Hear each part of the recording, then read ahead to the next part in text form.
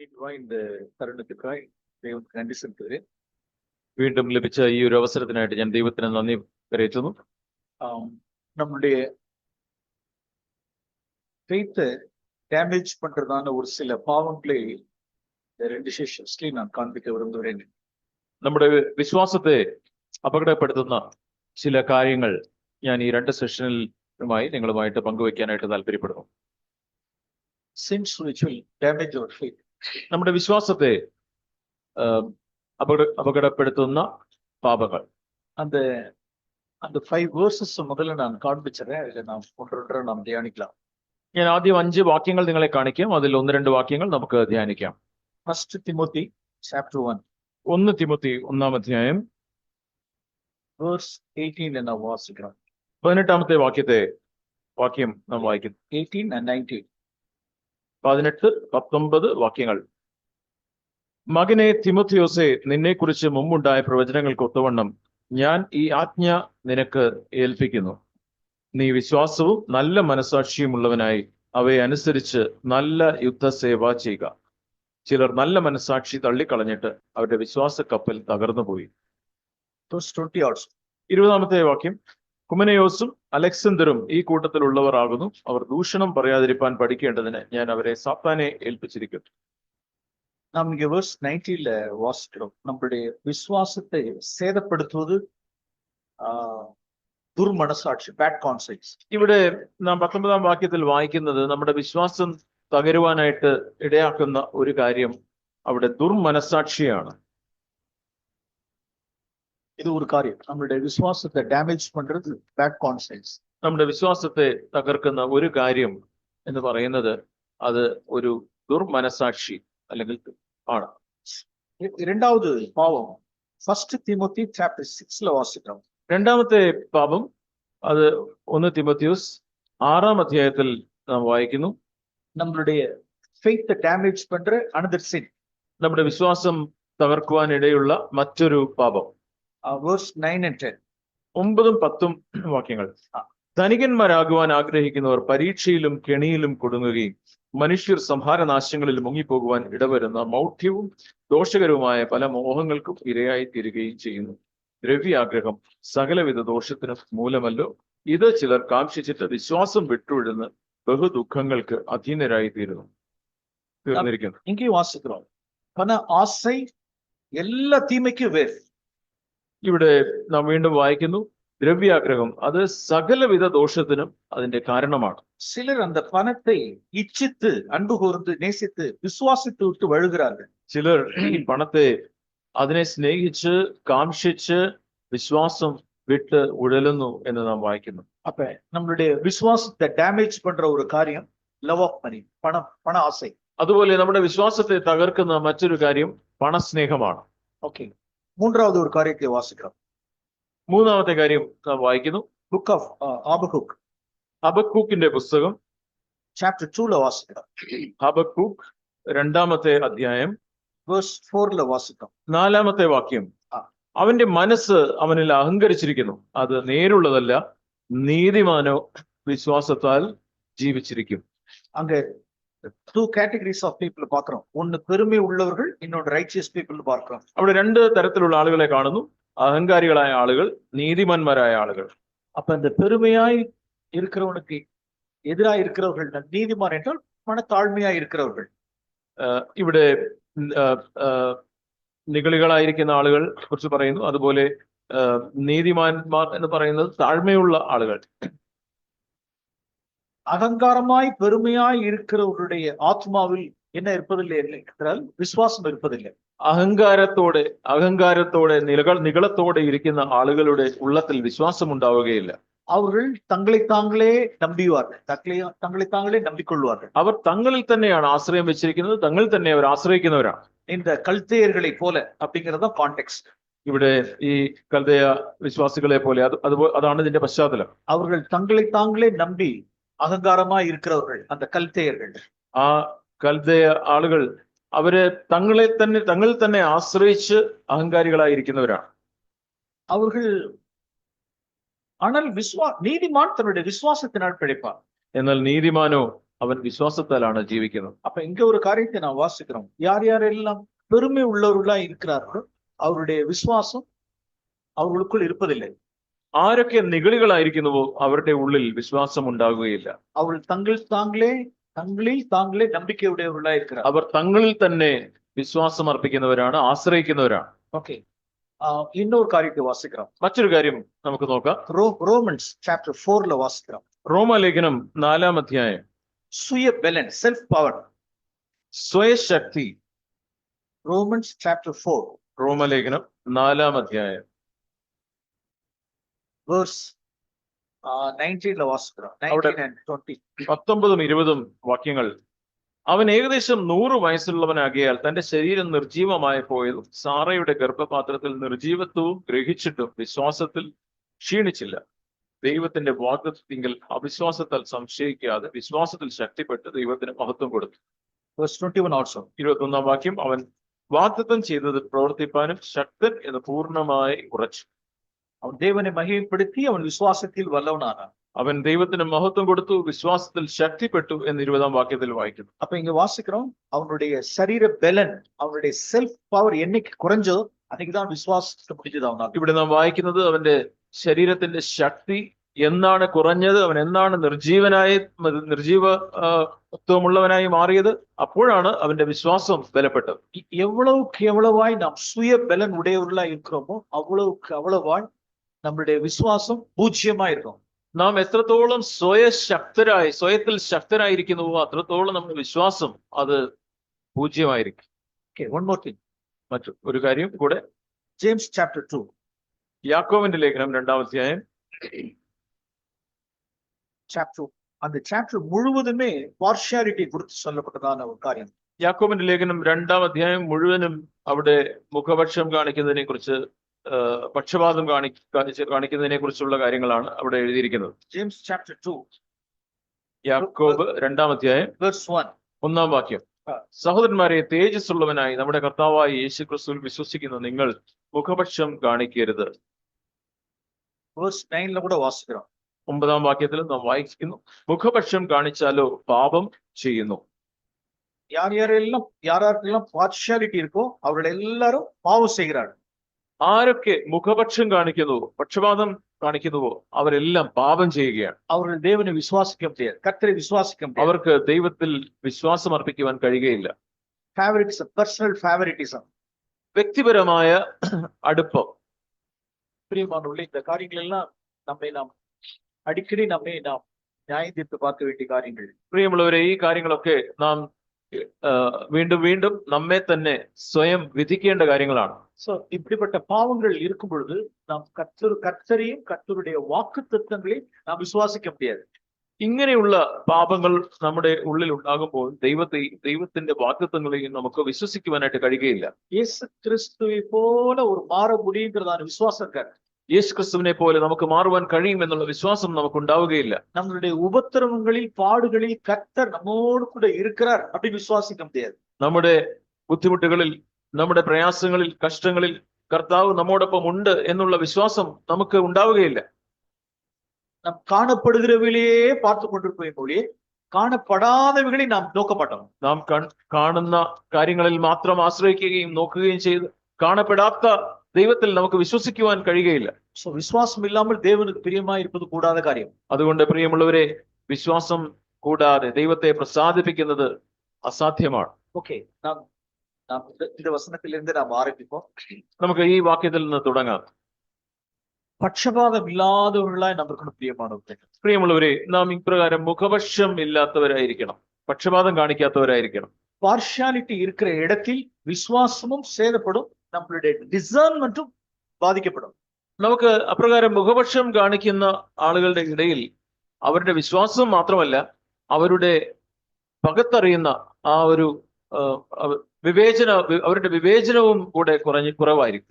டிசர்ன்மென்ட் இல்லாம போயிடும். അവർക്ക് വിവേചനവും ഇല്ലാതായിരിക്കും. எங்க பார்ஷியாலிட்டி இருக்கோ அங்க டிசர்ன்மென்ட் பூஜ்யம். എവിടെയാണ് മുഖപക്ഷമുള്ളത് അവിടെ വിവേചനം അതുമില്ല, അതും പൂജ്യമാണ്. நான் இந்த காரியத்தில் ஒரு சில வசனங்களை குறித்து நான் காண்பிக்க விரும்புகிறேன். நாம் ஜேம்ஸ் 2லே நான் வாசிக்கிறோம். യാക്കോബിന്റെ ലേഖനം 2-ാം അധ്യായത്തിൽ തന്നെ നാം വീണ്ടും വായിക്കുന്നു. இங்க சொல்லப்பட்டிருக்கிறது சர்ச்சில் சொல்றேன், சர்ச்சில் உள்ளான காரியத்தை சொல்றேன். ഇവിടെ പറയുന്നത് സഭയിലുള്ള കാര്യങ്ങളാണ്. நாம் சர்ச்சுக்கு நாம் பின்னால வருவோம். നമുക്ക് സഭയുടെ കാര്യങ്ങളെ കുറിച്ച് നമുക്ക് പിന്നീട് ചിന്തിക്കാം. ஃபர்ஸ்ட் ஃபேமிலின்னு நான் சொல்ல விரும்புகிறேன். ഞാൻ ആദ്യം കുടുംബത്തിൽ ഉള്ള കാര്യങ്ങളെ കുറിച്ച് പറയുവാനായിട്ട് താല്പര്യപ്പെടും. പാർഷ്യാലിറ്റി ഫാമിലിയിലേ ഉണ്ട്, പാർഷ്യാലിറ്റി ചർച്ചിലേ ഉണ്ട്. ഇപ്രകാരമുള്ള മുഖപക്ഷം അല്ലെങ്കിൽ പക്ഷപാതം അത് വീട്ടിലുണ്ട്, അത് സഭയിലും ഉണ്ട്. முதல்ல வீட்டுல இருந்து வர்றதுனாலதான் அடுத்து சர்ச்சுக்கு வருது. അത് വീട്ടിൽ തുടങ്ങുന്നത് കൊണ്ടാണ്, വീട്ടിലുള്ളത് കൊണ്ടാണ് സഭയിലും അത് തുടരുന്നത്. இந்த விஷயத்துல நாம் ரொம்ப ஜட்ஜ் பண்ணிக்கிட்டே இருக்கணும். ഈ കാര്യത്തിൽ നാം നമ്മെ തന്നെ വളരെയധികം ന്യായം തീർക്കേണ്ടതുണ്ട്. വീട്ടിലെയും നമുക്ക് പേഴ്സണൽ ഫേവറിറ്റീസ് இருக்கக்கூடாது, ചർച്ചിലെയും നമുക്ക് പേഴ്സണൽ ഫേവറിറ്റീസ് இருக்கக்கூடாது. വീട്ടിലും സഭയിലും നമുക്ക് വ്യക്തിപരമായ ഒരു മുഖപക്ഷം അല്ലെങ്കിൽ പക്ഷപാതം നാം കാണിക്കരുത്. ഒരു ക്ലാസിക് എക്സാമ്പിൾ ജെനസിസ് ചാപ്റ്ററിൽ ഉണ്ട്. ഉൽപ്പത്തി പുസ്തകത്തിൽ നമുക്ക് ഒരു നല്ല ഉദാഹരണം ഇതിനെ കാണുവാനായിട്ട് കഴിയും. ഫാമിലിയിൽ നാം பார்க்கிறோம். ഇവിടെ കുടുംബത്തിലെ കാര്യമാണ് നാം കാണുന്നത്. Genesis chapter 25. ഉൽപ്പത്തി പുസ്തകം 25-ാം അധ്യായം. ഐസക് റെബേക്കാവുടെ ഫാമിലിയിൽ നാം വാസിக்கிறோம். ഇസഹാക്ക് റെബേക്ക അവരുടെ കുടുംബത്തെ കുറിച്ചാണ് നാം ഇവിടെ വായിക്കുന്നത്. വേഴ്സ് 27 വാസിക്കാം. അവിടെ നാം 27-ാം വാക്യം നോക്കുക. കുട്ടികൾ വളർന്നു, ഏശാവ് വേട്ടയിൽ സമർത്ഥനും വനസഞ്ചാരിയും യാക്കോബ് സാധുശീലനും കൂടാരവാസിയും ആയിരുന്നു. Okay, verse 28. 28-ാം വാക്യം. ഏശാവിന്റെ വേട്ട ഇറച്ചിയിൽ രുചി പിടിച്ചിരുന്നത് കൊണ്ട് ഇസഹാക്ക് അവനെ സ്നേഹിച്ചു, റിബേക്കയോ യാക്കോബിനെ സ്നേഹിച്ചു. തമിഴ് ബൈബിളില് ഏസാവിൻ മേൽ പക്ഷമായി இருந்தார் அப்படின்னு വാസിக்கிறோம். ഇവിടെ തമിഴ് ബൈബിളിൽ ഏശാവിനോട് പക്ഷപാതം കാണിച്ചു അല്ലെങ്കിൽ മുഖപക്ഷം കാണിച്ചു എന്നാണ് വ്യക്തമായിട്ട് എഴുതിയിരിക്കുന്നത്. ഇവിടെ മലയാളത്തിൽ സ്നേഹിച്ചു എന്നാണ്. அப்படின்னா அவன் தன் வாய்க்கு ருசிகரமான சாப்பாடு எல்லாம் கொண்டு வரான். തന്റെ വായ്ക്ക് രുചികരമായ കാര്യങ്ങളൊക്കെ കൊണ്ടുവരുന്നവനാണ് ഈ ഏശാവ്. അതുകൊണ്ട് അവനോടൊരു പക്ഷപാതം, അവനോടൊരു മുഖപക്ഷം. இன்னைக்கு ലാംഗ്വേജിൽ നാം சொல்லுவோம், சில பிள்ளைகள் சம்பாதிச்சு ஏர்ன் பண்ணி கொண்டு கொடுப்பாங்க. ഇന്നത്തെ നമ്മുടെ ഭാഷയിൽ പറഞ്ഞാൽ ചില മക്കൾ അവര് നന്നായിട്ട് സമ്പാദിച്ച് സമ്പാദ്യമൊക്കെ വീട്ടിലേക്ക് കൊണ്ടുവരും. അത് ഡാഡിക്ക് ഫേവറാ இருக்கிறது. അത് ഡാഡിക്ക് വളരെ ഇഷ്ടമാണ്. അടുത്ത് റെബേക്കാൾക്ക് യാർ ഫേവറാ இருக்கிறது அப்படின்னா ജാക്കബ്. എന്നാൽ റിബേക്കയ്ക്ക് കൂടുതൽ താല്പര്യം യാക്കോബിനെയാണ്. അവൻ കൂടാരവാസിയാ இருந்தால் ഗുണശാലിയാ இருந்தாൽ. അവൻ വീട്ടിൽ തങ്ങുന്നവനായിരുന്നു. അവന് നല്ല ഗുണങ്ങളുള്ള ഒരു വ്യക്തിയായിരുന്നു. അവൻ തായ്ക്ക് ഫേവറാ, തായ്ക്ക് ഉണ്ടാன കാര്യങ്ങളെല്ലാം ചെയ്തു കൊണ്ടിരുന്നു. എപ്പോഴും അമ്മയോടൊപ്പം നിന്ന് അമ്മയ്ക്ക് വേണ്ട കാര്യങ്ങളൊക്കെ ചെയ്തു കൊടുക്കുന്നവൻ. ഒരു അപ്പാ പിള്ള, ഒരു അമ്മ പിള്ള. ഒരാള് അപ്പന്റെ മോന്, ഒരാള് അമ്മയുടെ മോന്. അங்கே ഫേവറിറ്റിസം ரெண்டு பேருக்குள்ளே அங்க இருக்காங்க. അവിടെ രണ്ടുപേർക്കിടയിലും ആ രീതിയിലുള്ള ഒരു പക്ഷപാതം. ഈവൻ നൗ ഇതെല്ലാം ഓൾഡ് സ്റ്റോറി கிடையாது. ഈവൻ നൗ നാം பார்க்கிறோம். ഇത് പഴയ ഒരു കഥയല്ല, ഇത് ഇപ്പോഴും നാം ഇത് കാണുന്നു. ഫസ്റ്റ് സണ്ണെന്നാ ഉണ്ട്, ലാസ്റ്റ് സണ്ണെന്നാ ഉണ്ട്. ആദ്യത്തെ മകൻ അവനോട് ഒരു രീതിയിൽ, അവസാനത്തെ മകനോട് വേറൊരു രീതിയിൽ. മകൾക്ക് ഒന്ന്, മകനുക്ക് ഒന്ന്. മകളോട് ഒരു രീതിയിൽ, മകനോട് വേറൊരു രീതിയിൽ. മരുമക്കളിലെ ഡോട്ടർ ഇൻ ലോയിലെ ഒരു ഡോട്ടർ ഇൻ ലോ ഓക്കെ, ഇന്നൊരു ഡോട്ടർ ഇൻ ലോ கொஞ்சம் തള്ളി വെക്കരുത്. മരുമക്കളാണെങ്കിൽ പോലും ഒരു മരുമോള് അവള് കൊള്ളാം, അവളെ കുറച്ച് അടുപ്പിച്ച് നിർത്തും. മറ്റേ മരുമോള് അവളെ ഇച്ചിരി ദൂരെ നിർത്തും. നമ്മുടെ മാതാപിതാക്കൾ വളരെ വിവേകത്തോടുകൂടെ അവരെ വസിക്കേണ്ടതുണ്ട്. നമ്മളെ പിള്ളേർ ഡിസേൺ പண்ற அளவுக்கு നാം ഇരുന്നിടக்கூடாது. നമ്മുടെ വിവേചനം നഷ്ടപ്പെടുന്ന രീതിയിൽ നാം പെരുമാറരുത്. നാം எந்த பிள்ளைகளுடைய வீட்டுக்கு ഫ്രീക്വന്റാ വിസിറ്റ് പண்றதெல்லாம் கூட കണക്ക് വെച്ചിട്ട് இருப்பாங்க. നാം ഏത് മകന്റെ അല്ലെങ്കിൽ ഏത് മകളുടെ വീട്ടിലേക്കാണ് നാം വീണ്ടും വീണ്ടും പോകുന്നത്, അതിന്റെയും കൂടെ കണക്ക് സൂക്ഷിച്ചിട്ടുണ്ടോ? எந்த கிராண்ட்சன் நாம் கிராண்ட் சில்ட்ரன் எது மேல ரொம்ப ஃபேவரா இருக்குங்கிறதெல்லாம் கூட பேரண்ட்ஸ் டிசைன் பண்ணுவாங்க. ഏത് കൊച്ചുമോനാണ്, ഏത് കൊച്ചുമോളാണ് അവളോടാണ് കൂടുതൽ ഇഷ്ടം, കൂടുതൽ അടുപ്പം എന്നുള്ളത് പോലും ആ കാര്യങ്ങൾ വ്യക്തമാണ്. ആവിക്കുரியവர்கள் ஒருவராலும் நிதானிக்கப்படார்கள். ആത്മീയരെ മറ്റുള്ളവർക്ക് ആ രീതിയിൽ വിവേചിക്കുവാനായിട്ട് കഴിയുകയില്ല. പിന്നെ നമ്മുടെ പേഴ്സണൽ ഫേവറിറ്റ്സും கிடையாது. കാരണം നമുക്ക് ആ രീതിയിലുള്ള വ്യക്തിപരമായ മുഖപക്ഷമില്ല, വ്യക്തിപരമായ അടുപ്പമില്ല. சில பிள்ளைகள் தங்களுடைய பேரண்ட்ஸ் சப்போர்ட் ഫിനാൻഷ്യലா சப்போர்ட் பண்ணுவாங்க. ചില മക്കൾ തങ്ങളുടെ മാതാപിതാക്കളെ സാമ്പത്തികമായിട്ട് സഹായിക്കും. சிலர் ഫിനാൻഷ്യലா சப்போர்ட் பண்ண முடியாது. ചിലർക്ക് സാമ്പത്തികമായിട്ട് സഹായിക്കുവാനായിട്ടുള്ള കഴിവ് ഇല്ല. ஏன்னா அவர்களுடைய ஏர்னிங்களுடைய கெப்பாசிட்டிக்கு ஒருத்தர் ஹெல்ப் பண்ண முடியும், இன்னொருத்தர் ஹெல்ப் பண்ண முடியாது. അവരുടെ വരുമാനത്തിന്റെ വ്യത്യാസം അനുസരിച്ച് ഒരാൾക്ക് സഹായിക്കുവാനായിട്ട് കഴിയും, മറ്റൊരാൾക്ക് സഹായിക്കാനായിട്ട് കഴിയുന്നില്ല. ஆனால் இங்க ஃபேவரிட்டிசம் வந்துரும் அப்படின்னா யார் சப்போர்ட் பண்றாங்களோ அவங்க மேல் ஃபேவரிட்டிஸா இருக்கும். എന്നാൽ എവിടെയാണ് അവിടെ ഒരു കൂടുതൽ ഒരു അടുപ്പം മുഖപക്ഷം കാണിക്കുന്നത്? ആരാണ് കൂടുതൽ അവരെ സപ്പോർട്ട് ചെയ്യുന്നത്? അവരോട് കൂടുതൽ ഒരു അടുപ്പം. பிரியமானவர்களே, இந்த மாதிரி விஷயங்களில் எல்லாம் நாம் மிகுந்த ஜாக்கிரதையுள்ளவர்களா இருக்கணும். പ്രിയമുള്ളവരെ, ഇങ്ങനെയുള്ള കാര്യങ്ങളിലൊക്കെ നാം വളരെയധികം ജാഗ്രതയുള്ളവരായിരിക്കും. நம்ம யாரும் நம்மளை டிசைன் பண்ணிடக்கூடாது. ആരും നമ്മെ വിവേചിക്കുവാനായിട്ട് നാം അനുവദിക്കരുത്. ஆனால் இங்க இவங்க இருவரும் ரெபெக்கால் ஜேக்கப்புக்கும் ஐசக் ஏசாவின் மேல் பட்சமா இருந்தார்கள். എന്നാൽ ഇവിടെ നാം വായിക്കുന്നത് ഇസ്ഹാക്കിന് യേശാവിനോടും റെബേക്കായ്ക്ക് യാക്കോബിനോടും ഒരു അടുപ്പം ഉണ്ടായിരുന്നു. ஓகே, அப்படி இருக்கும் பொழுது என்ன காரியங்கள் நடக்குது என்றால், അങ്ങനെ ഉള്ളപ്പോൾ എന്തൊക്കെ കാര്യങ്ങളാണ് നടക്കുക? நம்மள்ட்ட பார்ஷாலிட்டி இருந்தீங்கன்னா நம்மளுடைய டிசைன்மெண்ட் என்ன ஆயிடும் அப்படின்னா போயிடும். നമുക്ക് നമ്മുടെ ഇടയിൽ ഈ രീതിയിലുള്ള മുഖപക്ഷം ഉണ്ടെങ്കിൽ നമ്മുടെ വിവേചനം വരം നമുക്ക് നഷ്ടമാകും. இங்க நான் வாசிக்கிறோம், சாப்டர் 27ல வாசிக்கிறோம். ഇവിടെ നാം 27ാം അധ്യായത്തിൽ നാം വായിക്കുന്നു, தன்னுடைய ஏசா சேஷ்ட புத்திர பாகத்தை அலட்சியம் பண்ணினோன் என்றும் நன்கு தெரியும். ஐசக் நல்லாவே தெரியும். ഇസ്ഹാക്കിന് നന്നായിട്ട് അറിയാം തന്റെ ജ്യേഷ്ഠാവകാശത്തെ അലക്ഷ്യമാക്കിയവനാണ് ഏശാവ് എന്നുള്ളത് ഇസ്ഹാക്കിന് നന്നായിട്ട് അറിയാം. நல்ல ஒரு ஹீத்தன் கேர்ள்ஸ் போய் மேரேஜ் பண்ணிருக்காங்கிறது நல்லா தெரியும். അവൻ ഒരു ജാതീയ പെൺകുട്ടിയെ പോയാണ് കല്യാണം കഴിച്ചത് എന്നുള്ളതും ഇസ്ഹാക്കിന് നന്നായിട്ട് അറിയാം. ஆனால் எவ்வளவு சீக்கிரமாய் தன்னுடைய மகனை ஆசீர்வதிக்கணும்னு ஐசக் விரும்பினார் பாருங்க. എന്നാൽ എത്ര വേഗമാണ് തന്റെ മകനെ അനുഗ്രഹിക്കുവാനായിട്ട് ഇസ്ഹാക്ക് താല്പര്യപ്പെടുന്നത് എന്ന് നോക്കുക. വേഴ്സ് 2ல വാസിக்கிறோம். 2ാമത്തെ വാക്യം നോക്കുക. நான் முதிர் வயதுள்ளானே, என் மரணம் இன்ன நாளில் என்று நான் அறியேன். ഞാൻ വൃദ്ധനായിരിക്കുന്നു, എന്റെ മരണ ദിവസം അറിയുന്നതുമില്ല. ആക്ച്വലി അன்னைக்கு சாவு പിന്നാലെ வருது. അപ്പോൾ മരിക്കുന്നില്ല, മരണം പിന്നീടാണ് നടക്കുന്നത്. എത്രയോ വർഷങ്ങൾ കழிச்சுதான் அவர் മരിக்கிறார். അത് കഴിഞ്ഞ് അനേക വർഷങ്ങൾ കഴിഞ്ഞാണ് ഇസ്ഹാക്ക് മരിക്കുന്നത്. ஆனால் என்னமோ இப்பயே நான் தான் மரிக்கிறது போல இருந்துட்டு பாகப்பிரிவினை டிவிஷன்ஸ் இதெல்லாம் பண்றாரு பாருங்க. എന്നാൽ ഇപ്പോ ഞാൻ ഉടനെ മരിക്കാനുള്ള സാധ്യത ഉണ്ടെന്ന് പറഞ്ഞ് ഇപ്പം എല്ലാം പകുത്തു കൊടുക്കുന്നു, എല്ലാം ആ രീതിയിൽ കാര്യങ്ങളൊക്കെ ചെയ്യുന്നു. ഓക്കെ, നീ എനക്കാக വേട്ടയാടി ஏதாவது ருசியான பதார்த்தங்களை சமைச்சு வா அப்படிங்கிறாரு. എന്നിട്ട് അവനോട് പറയുന്നു, നീ എനിക്കായിട്ട് പോയി നീ കാട്ടിൽ ചെന്ന് എനിക്ക് വേണ്ടി വേട്ട തേടി എനിക്ക് ഇഷ്ടവും രുചികരമായ ഭോജനം ഉണ്ടാക്കി കൊണ്ടുവാ മരിക്കുന്നതിന് മുമ്പ്. இந்த வேர்ஸ் 5ல வாசிக்கிறோம். 5ാമത്തെ വാക്യം. ரெபெக்கால் இதெல்லாம் கேட்டுக்கிட்டே இருந்தாங்க. ഇസ്ഹാക്ക് തന്റെ മകനോട് ഇങ്ങനെ പറയുന്നതെല്ലാം റെബേക്ക കേട്ടുകൊണ്ടേയിരുന്നു. அதாவது ஒரு இயர் யாருக்கே கொடுத்துட்டா அப்படின்னா தன்னுடைய புருஷனுக்கே தன்னுடைய ஒரு இயர் கொடுத்துட்டா. എപ്പോഴും ഒരു ചെവി ഭർത്താവ് പറയുന്നത് കേൾക്കാനായിട്ട് ഒരു ചെവി മാറ്റി വെച്ചിട്ടുണ്ടായിരുന്നു. எது காரியங்கள் போயிட்டே இருந்தாலும் சரி, அப்படியே காதுல விழுந்துகிட்டே இருக்கும். എന്തൊക്കെ കാര്യം ഇങ്ങനെ ചെയ്തുകൊണ്ടിരുന്നാലും ഒരു ചെവി എപ്പോഴും ഭർത്താവ് എന്താ പറയുന്നത് കേൾക്കാനായിട്ട് അവിടെ ഒരു ചെവി മാറ്റി വെച്ചിട്ടുണ്ട്. அங்க இருந்ததான ஒரு ஆட்டுக்குட்டி எடுத்துட்டு ஒரு மான்குட்டி மாதிரி சமைச்சு கொடுத்துட்டாங்க. അവിടെയുള്ള ഒരു ആട്ടിൻകുട്ടിയെ എടുത്ത് അതിനെ ഒരു കാട്ടിൽ നിന്ന് പിടിച്ച മാനിനെ പോലെ അതിനെ കറി വെച്ച് കൊണ്ടുവന്ന് കൊടുത്തു. സിസ്റ്റേഴ്സ്, இப்படி நீங்க சமைச்சு கொடுக்கணும். സഹോദരിമാരെ, ഇങ്ങനെ നിങ്ങള് ഈ രീതിയിൽ നിങ്ങൾ പാകം ചെയ്ത് കൊടുക്കണം. നല്ല രുചിയായിട്ട് പാകം ചെയ്ത് കൊടുക്കണം. ഒരു ആട്ടുകുട്ടിയെ കൊടുത്താ മാൻകുട്ടി മാതിരി സமைச்சு കൊടുക്കണം.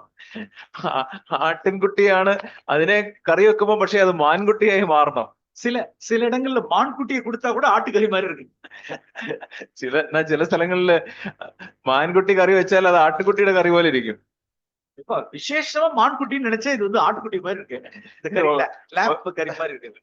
ഇത് വളരെ വളരെ വളരെ പ്രത്യേക മാൻ കറിയാണ് എന്ന് ചിന്തിക്കുമ്പോ വന്ന് നോക്കുമ്പോ പക്ഷെ അത് ആട്ടിൻകുട്ടിയുടെ കറി പോലെ ഇരിക്കും.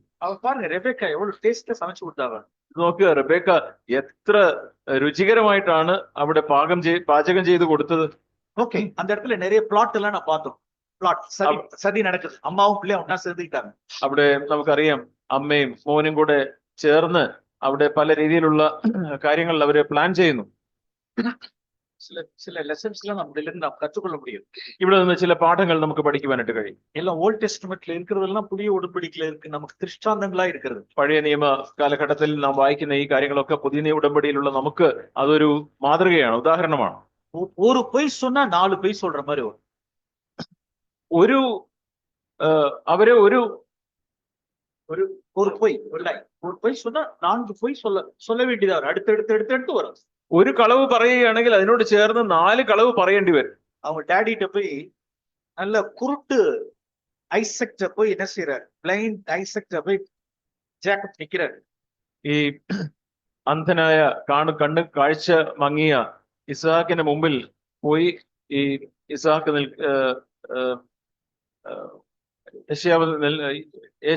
യാക്കോബ് നിൽക്കുകയാണ്. யாக்கோபு எப்படி நிக்கிறாருன்னா ரோமத்தெல்லாம் எடுத்து போட்டுக்கிட்டாரு. യാക്കോബ് നിൽക്കുമ്പോൾ താൻ ഈ രോമം ഒക്കെ എടുത്ത് ഇട്ടിട്ടാണ് അവിടെ നിൽക്കുന്നത്. ஏன்னா ஏசாவுனுடைய கைகள்லாம் ரொம்ப ரோமம் உடையவனா இருக்கிறதுனால ஒரு ரோமத்தினுடைய எடுத்து போட்டுக்கிட்டு வந்து நிக்கிறாரு. அப்படி യേശാവിന്റെ കയ്യിലൊക്കെ രോമങ്ങൾ ഉള്ളത് കൊണ്ട് തന്റെ അപ്പനെ പറ്റിക്കാനായിട്ട് താനും ഈ രോമങ്ങളൊക്കെ തന്റെ ശരീരത്തിൽ പുതച്ചുകൊണ്ടാണ് നിൽക്കുന്നത്. சின்ன பிள்ளையெல்லாம் கவனிங்க. നിങ്ങൾ ചെറിയ കുഞ്ഞുങ്ങളൊക്കെ ശ്രദ്ധിക്കുക.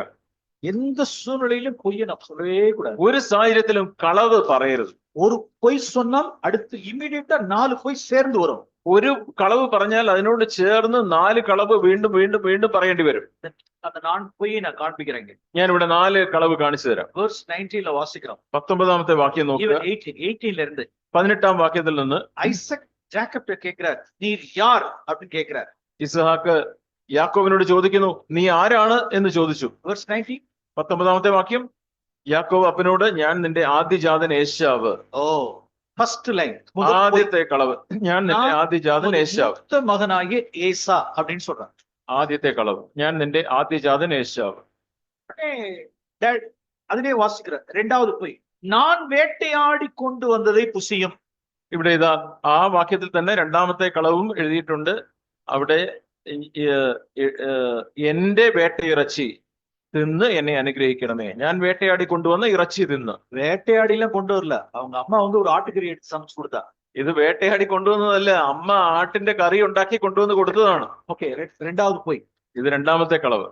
அவங்க அப்பா கேக்குறாரு, உடனே ஈசா கேக்குறாரு, இவ்வளவு சீக்கிரமா உனக்கு எப்படி இந்த மான் உனக்கு அகப்பட்டது? ഉടനെ ഇസ്ഹാക്ക് ചോദിക്കുന്നു, മകനെ നിനക്ക് ഇത്ര വേഗത്തിൽ ഈ മാൻകറി കിട്ടിയത് എങ്ങനെയാണ്? ஓகே, verse 20ல வாசிக்கிறோம். 20ാം വാക്യത്തിൽ വായിക്കുന്നു, நல்லா சொன்னார் பாருங்க, உங்களுடைய தேவனாகிய கர்த்தர் எனக்கு வாக்கியம் பண்ணாரு. சில பேர் பொய் சொல்லும் பொழுது யாரையும் டச் பண்ணிக்குவாங்கன்னா காடையும் டச் பண்ணிக்குவாங்க. ചിലര് ദൈവത്തെ കൂടെ തൊട്ടുകൊണ്ടാണ് കളവ് പറയുന്നത്. എത്ര ഈ ആ രീതിയിലാണ് അവൻ പറഞ്ഞതെന്ന് നോക്കുക. നിന്റെ ദൈവമായ യഹോവ എന്റെ നേർക്ക് വരുത്തി തന്നു എന്ന് അവൻ പറഞ്ഞു. verse 20ல வாசிக்கிறோம். 20ാം വാക്യം, உங்களுடைய தேவனாகிய கர்த்தர் எனக்கு நேரிட பண்ணினார். നിന്റെ ദൈവമായ യഹോവ എന്റെ നേർക്ക് ഈ മാനിനെ കൊണ്ടുവന്നതാണ്. டாடி போனனா ഉടനെ கிடைச்சிருச்சு டாடி. ഡാഡി, ഞാൻ അങ്ങോട്ട് പോയ ഉടനെ തന്നെ അതാ എന്റെ നേരെ വരുന്ന എനിക്ക് കിട്ടി. ஓகே, மூன்றாவது போய், ഇത് മൂന്നാമത്തെ കളവ്. மறுபடியும் கேக்குறார், വീണ്ടും ചോദിക്കുന്നു, எல்லாம் சோதிச்செல்லாம் பாக்குறார், എല്ലാം നോക്കുന്നു. അവന് மறுபடியும் verse 24ல வாசிக்கிறோம். 24ാം വാക്യം നോക്കുക. നീ എന്റെ മകൻ ഏശാവ് തന്നെയോ എന്ന് അവൻ ചോദിച്ചതിന് അതേ എന്ന് അവൻ പറഞ്ഞു. நான்காவது போய், ഇത് നാലാമത്തെ நான் தான் என்றார். ഞാൻ തന്നെ അതെ എന്ന് പറഞ്ഞു. இப்படிதான் ஒரு பொய் சொல்ல ஆரம்பிச்சா உடனே 4 பொய் வரும்.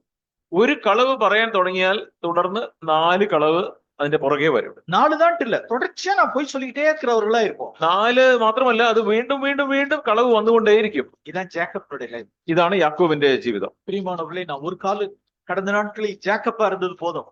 പ്രിയമുള്ളവരെ, കടന്ന നാളുകളിൽ യാക്കോബായിട്ട് ജീവിച്ച ഒരു ജീവിതം മതി. சில பேரண்ட்ஸ் பிள்ளைகளை விசாரிப்பாங்க, சில காரியங்களை விசாரிப்பாங்க. ചില മാതാപിതാക്കൾ തങ്ങളുടെ മക്കളോട് ചില കാര്യങ്ങൾ ചോദിക്കും. അവർ രക്ഷിക്കപ്പെടാத വരയ്ക്കും, അവര് രക്ഷിക്കപ്പെടാതിരിക്കുന്ന ആ സമയം വരെ, മനം തിരുമ്പാതെ വരെ, മാനസാന്തരം ഉണ്ടാകാത്ത ആ സമയം വരെ, മറുപിറപ്പ് അടയാതെ വരെ അവர்கள் പോയി ഇരുന്നിട്ടേ இருக்கும் അവരുടെ. വീണ്ടും ജനനം അവർക്ക് യഥാർത്ഥത്തിൽ ഉണ്ടാകുന്നത് വരെ വീണ്ടും അവര് കളവ് പറഞ്ഞുകൊണ്ടേയിരിക്കും. ഡബിൾ ഡീലിംഗ് இருக்கும், അവർക്ക് ഒരു ഇരട്ട പെരുമാറ്റം ഉണ്ടാവും, ഒരു ഡിസോണസ്റ്റി இருக்கும், ഒരു സത്യസന്ധത ഇല്ലായ്മ അവരിൽ ഉണ്ടാവും, ഒരു ഇന്റഗ്രിറ്റി இருக்காது.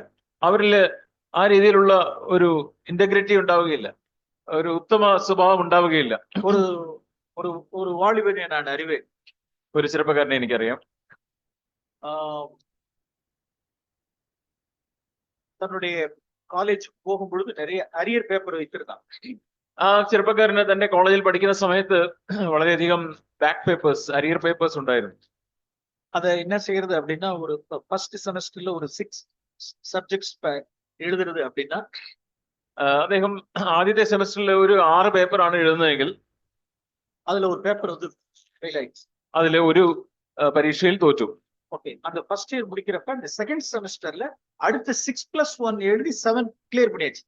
അടുത്ത രണ്ടാമത്തെ സെമസ്റ്ററിൽ ഈ ഉള്ള 6 പേപ്പറും കഴിഞ്ഞ സെമസ്റ്ററിലുള്ള ഒരു പേപ്പറും കൂടെ ചേർത്ത് 6 1 7 പേപ്പർ ഒന്നിച്ചെഴുതി അത് പാസ്സായി. ஓகே, ஃபர்ஸ்ட் இயர் எல்லாமே கிளியர். ഒന്നാമത്തെ വർഷം എല്ലാം പാസ്സായി. 6+6 12 പേപ്പേഴ്സ് ക്ലിയർ. 6 6 12 പേപ്പറും ആ 2 സെമസ്റ്ററും കൊണ്ട് പാസ്സായി. ஆனால் அதுல உண்மை இல்ல. அதுல എന്നാൽ അതില് ഒരു ഉത്തമ ഇല്ലായിരുന്നു. அதுல பேரண்ட்ஸ் கேக்குறாங்க, வில்லேஜில் உள்ளதான பேரண்ட்ஸ் அந்த பையன்கிட்ட கேக்குறாங்க, എന്നാൽ ആ വില്ലേജിലുള്ള മാതാപിതാക്കൾ ആ ചെറുപ്പക്കാരനോട് ചോദിക്കുകയാണ്, what about the result, semester எக்ஸாம்ல நடந்துச்சு, ரிசல்ட் எங்கன்னு கேக்குறாங்க. നിന്റെ പരീക്ഷ സെമസ്റ്റർ പരീക്ഷയൊക്കെ കഴിഞ്ഞല്ലോ, നിന്റെ റിസൾട്ട് എവിടെ എന്ന് ചോദിക്കുന്നു. அதுக்கு அந்த பையன் பேரண்ட்ஸ்ல சொல்றான், അപ്പൊ ഈ ചെറുപ്പക്കാരൻ തന്റെ മാതാപിതാക്കളോട് പറയുകയാണ്, நோ நோ, இதெல்லாம் ஸ்கூல்ல தான் ப்ராக்ரஸ் கார்டுல கொடுப்பாங்க, காலேஜ்ல தான் ப்ராக்ரஸ் கார்டு கொடுக்க மாட்டாங்க, தேர்ட் இயர்ல தான் பட்டம் கொடுப்பாங்கட்டான். അപ്പൊ അവൻ പറഞ്ഞു, ഇത് സ്കൂളിലാണ് ഈ പ്രോഗ്രസ് റിപ്പോർട്ടൊക്കെ കൊടുക്കുക, കോളേജില് 3-ാമത്തെ വർഷം അത് കഴിയുമ്പോ അപ്പോഴാണ് അവര് ഈ ഡിഗ്രി കൊടുക്കുക, அப்பதான் கொடுப்பாங்க, അപ്പോഴാണ് അതൊക്കെ കിട്ടുക. அப்ப நீ பாஸ் ஆன ஃபெயில் ஆனங்கிறது எனக்கு எப்படி தெரியும்? അപ്പൊ അവര് ചോദിച്ചു, നിനക്ക് അപ്പൊ നീ ജയിച്ചോ തോറ്റോ എന്നുള്ളതൊക്കെ എങ്ങനെ അറിയും? அதெல்லாம் ஒண்ணுமே தெரியாது, அதெல்லாம் தெரிஞ்சுக்கவே முடியாது. അതെല്ലാം നമുക്ക് ഇപ്പൊ അറിയാനേ പറ്റത്തില്ല. இவர்களெல்லாம் ஜேக்கப், இவர்களெல்லாம் ഇങ്ങനെയുള്ള ആളുകളൊക്കെ യാക്കോബാണ്. യാക്കോബ് இவர்களெல்லாம் இன்னும் ரட்சிக்கப்படலன்னு அர்த்தம். ഇവരെല്ലാം രക്ഷിക്കപ്പെട്ടിട്ടില്ല എന്നർത്ഥം. மறைக்கிறவர்கள், ஒளிக்கிறவர்கள், இவர்களெல்லாம் இன்னும் ரட்சிப்புக்குள்ள வரலன்னு அர்த்தம். മറയ്ക്കുന്നവർ, മറഞ്ഞിരിക്കുന്നവർ, ഒളിച്ച് കാര്യങ്ങൾ ചെയ്യുന്നവർ, ഇവരൊന്നും യഥാർത്ഥത്തിൽ രക്ഷിക്കപ്പെട്ടിട്ടില്ല. ஒரு பொய் அப்படின்னா அதுல 4 பொய் வரிசையா வந்துகிட்டே இருக்கும், பொய் மறைச்சிட்டே இருக்கவாரு. ഒരു കളവ് തുടർന്ന് 4 കളവ് അതിന്റെ പുറകെ വന്ന് ഇങ്ങനെ മറച്ചുകൊണ്ടേ ഇരിക്കും. இதெல்லாம் யார் அப்படின்னா ஜேக்கப். ഇതെല്ലാം ആരാണ്? ഇതൊക്കെ യാക്കോബ്. ஓகே, நாம் இங்க ஐசக்கையும் பார்க்கிறோம், அவருடைய டிசர்ன்மென்ட் இல்ல பாருங்க. அவர் ഇവിടെ നാം ഇസ്ഹാക്കിനെയും കാണുന്നു. ഇസ്ഹാക്കിന് ഇപ്പോൾ വിവേചനമില്ല. Zero discernment. Isaac zero discernment. ഇസ്ഹാക്കിന് 0 ഡിസേൺമെന്റ്. ഓക്കെ, முதல்ல அவருடைய ஐசைட் போயிடுச்சு. அவர் ആദ്യമായിട്ട് ഇസ്ഹാക്കിന് തന്റെ കാഴ്ച മങ്ങിയിരിക്കുന്നു, കാണാൻ പറ്റുന്നില്ല. കണ്ണ് கிடையாது, കണ്ണ് பார்வையில்ல, ഇപ്പൊ കണ്ണിന് കാഴ്ചയില്ല. ஓகே, இரண்டாவது அடுத்த உணர்வு இங்க அப்படின்னா அந்த 5 சென்சஸ்னு சொல்றோமா இல்லையா, இங்க ஒரு சென்ஸ் போயிடுச்சுங்க. ഇവിടെ കണ്ണിന് കാഴ്ചയില്ല, 5 ഇന്ദ്രിയങ്ങളുണ്ടല്ലോ. അപ്പൊ ഒരു കണ്ണിന് കാഴ്ചയില്ല. இப்ப அடுத்தது இதுல உள்ளதான சென்ஸ். ഇവിടെ അടുത്തത് നാവ്, രുചി.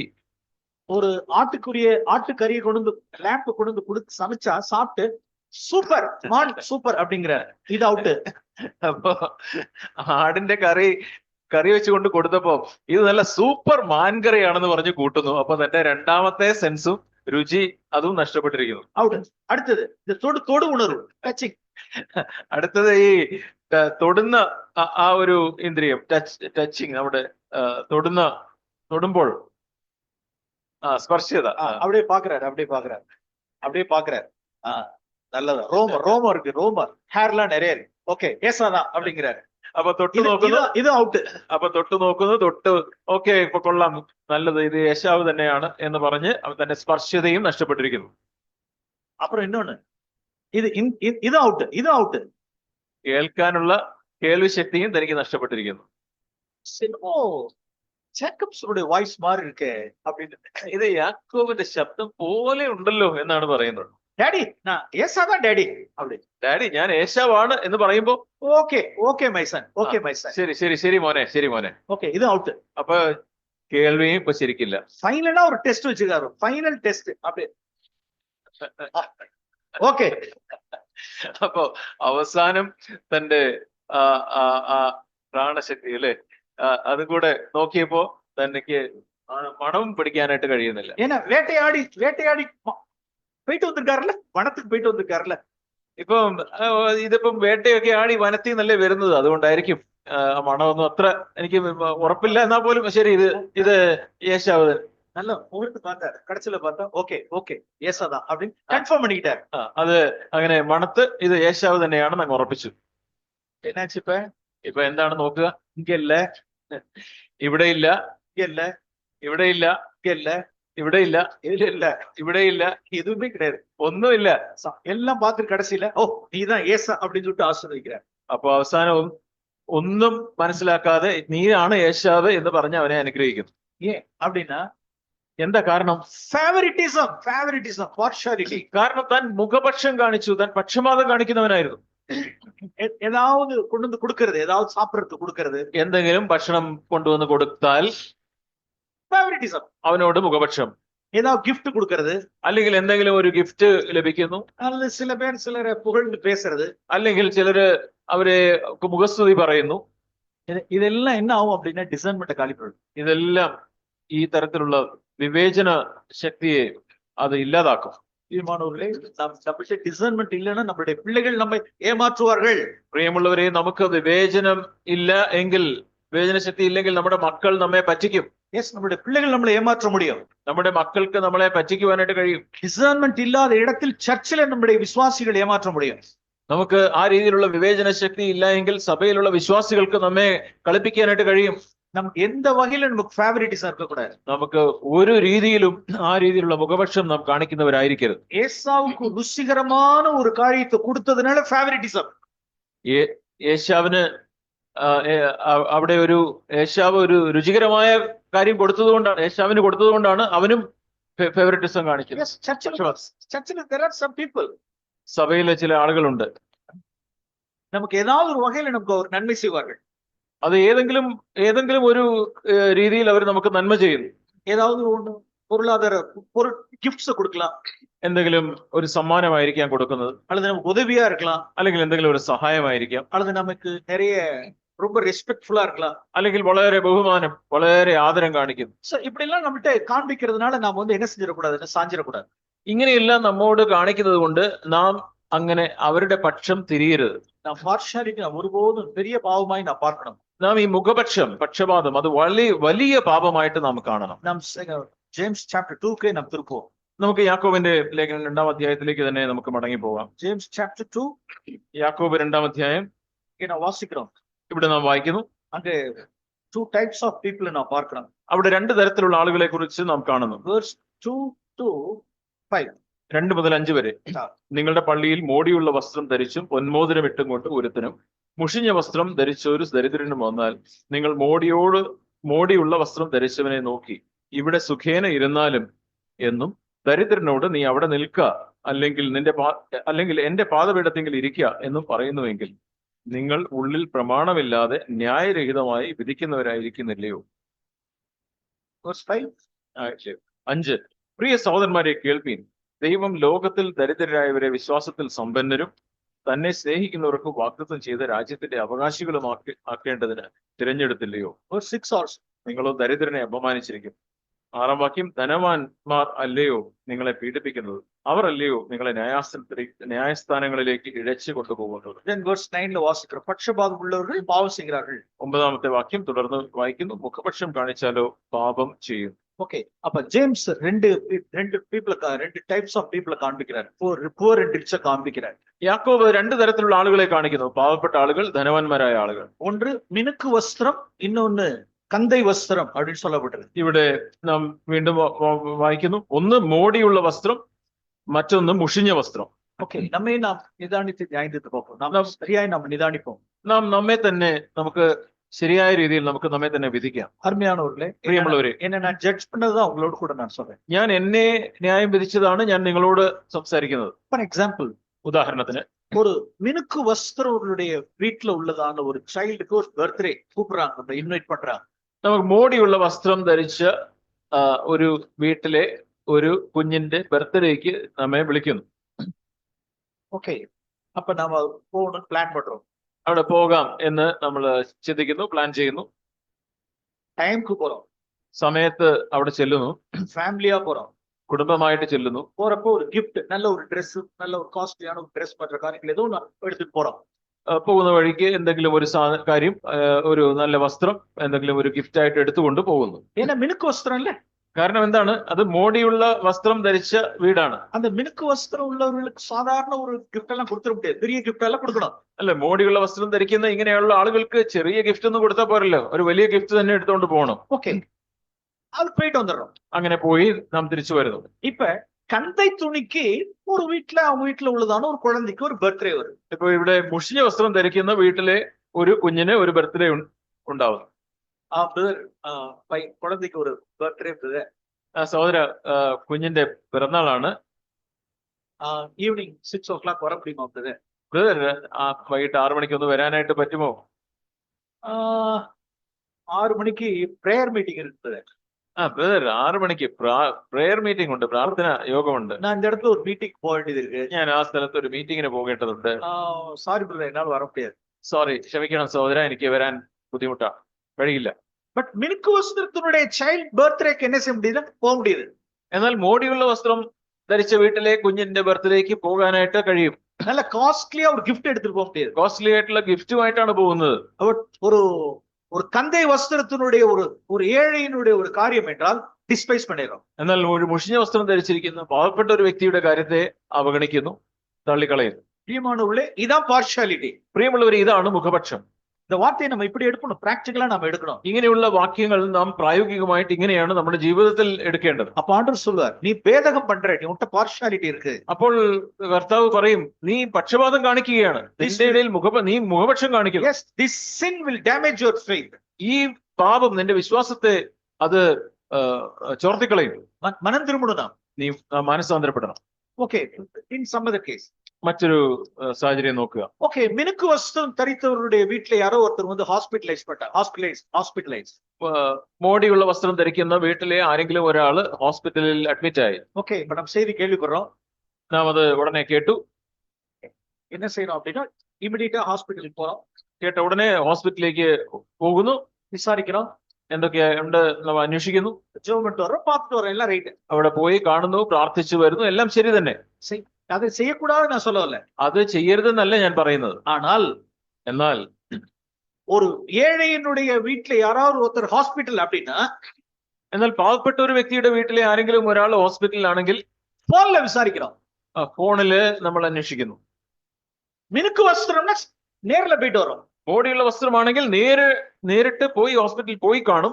പോർ പീപ്പിൾ தான் ഫോണിൽ വിസാരിக்கிறோம். പാവപ്പെട്ട ഏഴകളാണെങ്കിൽ ഫോണിൽ കൂടെ വിവരങ്ങൾ അന്വേഷിക്കുന്നു. என்ன தவறாய் நாம் நிதானிக்கிறவர்களா இருக்கிறோம். നാം എത്ര തെറ്റായ രീതിയിലാണ് നാം കാര്യങ്ങളെ കാണുന്നത്. இந்த இடத்துல தேவன் பார்க்கிறார். ഇവിടെയൊക്കെ ദൈവം നമ്മെ നോക്കുന്നു. நீ கனவீனம் பண்ற, நீ ஏழையை நீ கனவீனம் பண்ற, നീ ഏഴയെ നിന്ദിക്കുകയാണ്, തുച്ഛീകരിക്കുകയാണ് എന്ന് ദൈവം നമ്മോട് പറയും. உன்கிட்ட பட்சபாதம் இருக்கு, നീ മുഖപക്ഷം കാണിക്കുന്നു.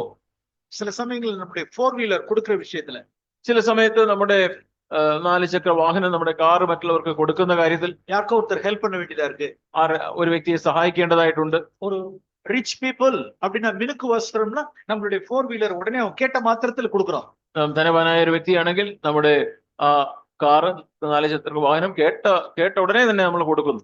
ஆனால் ஒரு ஏழை அப்படின்னா அவங்களுக்கு ஏதோ ஒரு நீடுக்கு நம்மளுடைய 4-wheeler தேவைப்படுது அப்படின்னா, എന്നാൽ പാവപ്പെട്ട ഒരു വ്യക്തി, ആ വ്യക്തിക്ക് നമ്മുടെ ഈ 4-wheeler അവർക്ക് ഒരു ആവശ്യമുണ്ട് എന്ന് മനസ്സിലാക്കുന്നു. നമുക്ക് அந்த இடத்துல நாம் வித்தியாசமா நடந்து கொள்ள பார்க்கிறோம். എന്നാൽ ആ സാഹചര്യത്തിൽ കുറച്ച് ഇതിൽ നിന്ന് വ്യത്യാസമായിട്ട് പെരുമാറാനായിട്ട് നോക്കുന്നു. தவறு, ഇത് തെറ്റാണ്. சோ இப்படிப்பட்ட காரியங்கள் எல்லாம் ஞாயிற்று பார்க்கிறோம். ഇങ്ങനെയുള്ള കാര്യങ്ങളൊക്കെ നാം നമ്മെ തന്നെ വിധിക്കണം. one more thing, ഒരു കാര്യം കൂടെ നോക്കുക. கண்டிக்கிற விஷயத்துல, கரெக்ட் பண்ற விஷயத்துல, മറ്റുള്ളവരെ തിരുത്തുന്ന കാര്യത്തിൽ. இப்போ ஒரு மினுக்கு வஸ்திரத்தை ஒரு ரிச் பீப்புள் நாம் கரெக்ட் பண்ணணும்னா பிரசங்கத்திலே கரெக்ட் பண்ணிடுறது. നാം ഒരു ധനവാനായ മോടിയുള്ള വസ്ത്രം ധരിക്കുന്ന ഒരു വ്യക്തിയാണ് എന്തെങ്കിലും തിരുത്തേണ്ടതുണ്ടെങ്കിൽ അത് പ്രസംഗിക്കുമ്പോൾ പൊതുവായിട്ട് അങ്ങ് പറഞ്ഞ് അങ്ങ് പോകുന്നു. Yes, those who are in responsibilities, പ്രത്യേകിച്ച് ഉത്തരവാദിത്തത്തിലുള്ള സഹോദരന്മാർ, അത് എൽഡേഴ്സാ இருக்கட்டும், ഫെസിലിറ്റേറ്റേഴ്സാ இருக்கட்டும், അതിന് മൂപ്പന്മാരായിരിക്കാം, അല്ലെങ്കിൽ ആ രീതിയിൽ സഹായം ചെയ്യുന്നവരായിരിക്കാം. ഇപ്പൊ ഒരു കാര്യത്തെ കണ്ടിക്ക വേണ്ടിയതാണ്, ഒരു കാര്യം കറക്റ്റ് பண்ண വേണ്ടിയതാ இருக்கு. ഒരു കാര്യം ഇവിടെ ഒരു സാഹചര്യത്തിൽ തിരുത്തേണ്ട ഒരു കാര്യമാണ്. റിച്ച് പീപ്പിൾ அப்படின்னா പ്രസംഗത്തിലെ സെർമണിലെ ഒരു കാര്യം சொல்றது. ധനവാൻ ആയിട്ടുള്ള ഒരു വ്യക്തിയാണെങ്കിൽ അത് പ്രസംഗത്തിൽ തന്നെ അതിനോട് ചേർന്ന് അങ്ങ് പറഞ്ഞ് അങ്ങ് പോകുന്നു. ஆனா poor people அப்படின்னா, എന്നാൽ പാവപ്പെട്ട വ്യക്തിയാണെങ്കിൽ സ്ട്രെയിറ്റാ ഉட்கார വെച്ച് ഫേസ് ടു ഫേസ് റിബിക് പண்றது, ലെഫ്റ്റ് ആൻഡ് റൈറ്റ് വാങ്ങി വിടുறது. എന്നാൽ ഒരു പാവപ്പെട്ട വ്യക്തിയാണെങ്കിൽ നേരെ വിളിച്ച് ഇരുത്തി നേരെ മുഖത്തോട്ട് നോക്കി അവരോട് പറഞ്ഞ് അവരെ തിരുത്തുന്നു. അവൻ ഏഴ തന്നെ, കാരണം അവൻ പാവപ്പെട്ടവനല്ലേ. ഇതൊക്കെ വളരെ മോശമായ കാര്യങ്ങളാണ്. പക്ഷപാതങ്ങൾ ഇതെല്ലാം മുഖപക്ഷമാണ്, പക്ഷപാതം കാണിക്കുകയാണ്. ഇന്ന് അതോടെ கொஞ்சம் മോശமான കാര്യം, അതിലും മോശമായ ഒരു കാര്യം പാർഷ്യാലിറ്റി, മുഖപക്ഷം, പക്ഷപാതം. சில சமயங்களில் நம்மளுடைய ஒரு காரியத்தை விசாரிக்க வேண்டியதா இருக்கும். சபையில் ஏதாவது காரியங்கள் நடந்திருக்கும், ചില സമയത്ത് സഭയിൽ ചില കാര്യങ്ങൾ സംഭവിച്ചിട്ടുണ്ടാകാം. ആ കാര്യങ്ങൾ നാം അന്വേഷിക്കേണ്ടതുണ്ട്. அதை உட்கார்ந்து விசாரிக்கிறோம், காரியங்கள் எல்லாம் விசாரிக்கிறோம். അവിടെ ഇരുന്ന് ആ കാര്യങ്ങളൊക്കെ നാം അന്വേഷിക്കുന്നു. இந்த பிரச்சனை எதனால நடந்துச்சு, എന്തുകൊണ്ടാണ് ഈ കാര്യം സംഭവിച്ചത്, இப்படிப்பட்ட ஒரு காரியத்தை உடனே கரெக்ட் பண்ணணும், ഈ കാര്യത്തെ ഉടനെ നാം അത് തിരുത്തേണ്ടതുണ്ട്, ശരിയാക്കേണ്ടതുണ്ട്. அது சம்பந்தப்பட்டவங்க எல்லாம் யாருன்னு கேட்கிறோம் நம்ம. അതൊക്കെ അതിനോട് ബന്ധപ്പെട്ട ആളുകളൊക്കെ ആരൊക്കെയാണ് എന്ന് ചോദിക്കുന്നു. ஓகே, இப்ப விசாரிக்க ஆரம்பிக்கிறப்ப അപ്പം ആ കാര്യങ്ങളൊക്കെ നാം അന്വേഷിക്കുന്നു. ரொம்ப சிவியரா அதை விசாரிக்கணும்னு நம்ம நினைக்கிறோம். അത് വളരെ വളരെ നാം അന്വേഷിക്കണം, അത് കണ്ടുപിടിക്കണം എന്നൊക്കെ ചിന്തിക്കുന്നെങ്കിലും ஓகே, இப்படி விசாரிச்சுக்கிட்டே இருக்கும் பொழுது അങ്ങനെ അന്വേഷിച്ചുകൊണ്ടേ ഇരിക്കുമ്പോ ஒருத்தர் சொல்றாரு அதுல இருந்து, അവിടെ ഇരിക്കുന്ന ഒരാൾ പറയുന്നു, பிரதர் உங்க வீட்டுல உங்க சிஸ்டரும் அதுல இருக்கிறாங்க அப்படின்னு சொல்றாரு. ബ്രദർ, നിങ്ങളുടെ വീട്ടിലുള്ള നിങ്ങളുടെ സഹോദരിയും ഈ കാര്യത്തിൽ അവർക്കും പങ്കുണ്ട് എന്ന് പറയുന്നു. அல்லது உங்களுடைய பையனும் அதுல இருக்காங்க அப்படின்னு சொல்றாங்க. അല്ലെങ്കിൽ പറയുന്നു, നിങ്ങളുടെ മകനുണ്ടല്ലോ, മകനും ആ കൂട്ടത്തിൽ ഉണ്ടായിരുന്നു, ആ കാര്യത്തിൽ ഉണ്ടായിരുന്നു, ഇടപെട്ടിരുന്നു എന്ന് പറയുന്നു. அப்படின்னு கேள்விப்பட்ட மாத்திரத்தில் അങ്ങനെ കേട്ട ഉടനെ அப்படியே அந்த டெம்போ எப்படி ஆகுதுன்னா அப்படியே உட்கார்ந்து ഉടനെ അതിന്റെ ഇതുവരെ വളരെ തീവ്രമായിട്ട് അന്വേഷിക്കണം എന്ന് പറഞ്ഞ കാര്യങ്ങളൊക്കെ പെട്ടെന്ന് തണുത്തുപോയി. ஏடா அப்படின்னா நம்ம ஃபேமிலி, കാരണം എന്താ, ഇത് എന്റെ കുടുംബം, நம்ம ஒய்ஃப், ഇത് എന്റെ ഭാര്യ, நம்ம பையன், എന്റെ മകൻ. ஓ அப்படியே உட்காந்துறாங்க. ഉടനെ അങ്ങ് തണുത്ത് താഴേക്ക് പോകും. பார்ஷியாலிட்டி ഇതും മുഖപക്ഷമാണ്. ஒண்ணும் இல்லாம போயிடும். അങ്ങനെയുള്ള മുഖപക്ഷം നാം കാണിക്കുകയാണെങ്കിൽ ഇവിടെ നമുക്ക് ഒന്നും, നമ്മുടെ ഇത് ശൂന്യമായി തീരും. അഭിഷേകം നമുക്ക് നഷ്ടപ്പെടും. We will lose our anointing. നമ്മുടെ അഭിഷേകം നമുക്ക് നഷ്ടമാകും. நம்மளுடைய discernment நம்ம இழந்துவோம். നമ്മുടെ വിവേചന ശക്തി നമുക്ക് നഷ്ടപ്പെട്ടു പോകും. പ്രിയമുള്ളവരെ, முகம் பார்க்க கூடாது. പ്രിയമുള്ളവരെ, നാം മുഖപക്ഷം കാണിക്കരുത്, മുഖം നോക്കരുത്. நம்மளுடைய ஃபேமிலியா இருந்தாலும் சரி, അത് നമ്മുടെ കുടുംബമാണെങ്കിലും ശരി, நான் ஒரு காரியத்தை டிசிப்ளின் பண்ணணும்ங்கற ஒரு ஸ்டெப் பண்ணிட்டா either son or wife, that's not the matter. ഒരു കാര്യത്തിൽ അവിടെ ഒരു തിരുത്തൽ ആവശ്യമുണ്ടെങ്കിൽ അത് മകനാണോ ഭാര്യയാണോ മകളാണോ, ഇതൊന്നും അവിടെ നാം ഒരു മുഖപക്ഷം കാണിക്കുന്നതിന് ഇടയാകരുത്. നമ്മളോട് ക്ലോസാ இருக்கிற ഒരു ക്ലോസ് അസോസിയേറ്റ്സ് இருந்தாலும் சரி, അല്ലെങ്കിൽ നമ്മോട് വളരെ അടുത്ത് ഇടപഴകുന്ന വ്യക്തികൾ, நாம் யாரோட கூட நம்மளுடைய டயத்தை அதிகமா யார்ட்ட அசோசியேட் பண்றோம், നാം ആരോടൊപ്പമാണ് കൂടുതൽ സമയം ചെലവഴിക്കുന്നത്, நம்மளுடைய நேரம் சபையில் அசோசியேட் பண்ற நேரம் எல்லாம் ரிச் பீப்புளோடைய நல்ல ஒரு மேல் தளத்தில் உள்ளவர்களோடயே நாம் டைம் ஸ்பெண்ட் பண்றோம், கீழே உள்ளிட்டெல்லாம் நான் டைம் ஸ்பெண்ட் பண்றது இல்ல. നാം സഭയിൽ ആളുകളുമായിട്ട് സമയം ചെലവഴിക്കുമ്പോൾ ധനവാന്മാരായ മുകളിൽ ഉള്ള ആളുകളെ, അവരെ നോക്കി അവരോടൊപ്പം കൂടുതൽ സമയം ചെലവഴിക്കുന്നു. താഴെയുള്ള ആളുകളെ ഒന്നും കാണാനോ സമയം ചെലവഴിക്കാനോ നാം അവസരം എടുക്കുന്നില്ല. இதெல்லாம் நாம் ஜட்ஜ் பண்ணணும். ഇതെല്ലാം നാം നമ്മെ തന്നെ വിധിക്കണം. ஒரு ஏழை இருப்பார், ஒரு ஏழையோட கூட நான் நின்று கொஞ்ச நேரத்துக்கு டைம் ஸ்பெண்ட் பண்றது இல்ல. ഒരു പാവപ്പെട്ട വ്യക്തിയോട് അല്പസമയം ഇരുന്ന് അവരോടൊപ്പം സമയം ചെലവഴിക്കുന്നില്ല. ஆனா ஒரு ரிச் பீப்புள் ஒரு மினுக்கு வஸ்திரம்னா அவங்க உட்கார்ந்து நம்ம விசாரிக்கிறோம், நிறைய காரியங்களை விசாரிக்கிறோம். ഒരു മോടിയുള്ള വസ്ത്രം ധരിച്ച ഒരു വ്യക്തിയാണെങ്കിൽ ഇരുന്ന് പല കാര്യങ്ങൾ അവരോട് സംസാരിക്കുന്നു, ചോദിക്കുന്നു.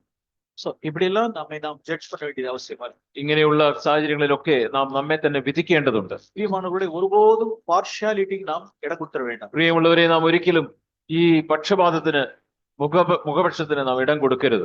எவ்வளவுக்கு எவ்வளவு நாம் பார்ஷியாலிட்டியில் நாம் சுத்திகரிக்கப்படுமோ அவ்வளவுக்கு அவ்வளவு நான் டிசர்ன்மென்ட் உள்ளவர்களா இருக்கும். നാം എത്രയധികം ഈ മുഖപക്ഷത്തിൽ നാം നമ്മെ തന്നെ ശുദ്ധീകരിക്കുന്നുവോ അത്രയധികം നമുക്ക് വിവേചനം നമുക്ക് കൂടി വരും. Okay, Luke chapter 17.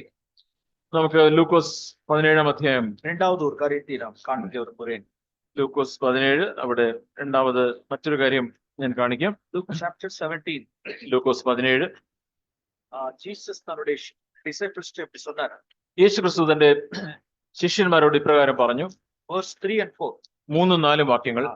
സൂക്ഷിച്ചുകൊള്ളുവീൻ, സഹോദരൻ പിഴച്ചാൽ അവനെ ശാസിക്കുക, അവൻ മാനസാന്തരപ്പെട്ടാൽ അവനോട് ക്ഷമിക്കുക. ദിവസത്തിൽ 7 വട്ടം നിന്നോട് പിഴയ്ക്കുകയും 7 വട്ടവും നിന്റെ അടുക്കൽ വന്ന് ഞാൻ മാനസാന്തരപ്പെടുന്നു എന്ന് പറയുകയും ചെയ്താൽ അവനോട് ക്ഷമിക്കുക. அதாவது ஒரு டே ஒரு இடத்துல ஒரே நாள்ல 7 தரம் உனக்கு விரோதமாய் குற்றம் செய்யும். ഒരേ ദിവസം 7 പ്രാവശ്യം നിനക്കെതിരെ തെറ്റ് ചെയ്യുന്നു. நான் மனசாப்படுகிறேன் சொன்னா அவனுக்கு நீ மன்னிப்பாயகன்னு சொன்னார். ഞാൻ മാനസാന്തരപ്പെടുന്നു എന്ന് പറഞ്ഞാൽ നീ അവനോട് ക്ഷമിക്കുക. உடனடியே சீஷர்கள் என்ன சொன்னாங்கன்னா verse 5 வாசிக்கிறோம்.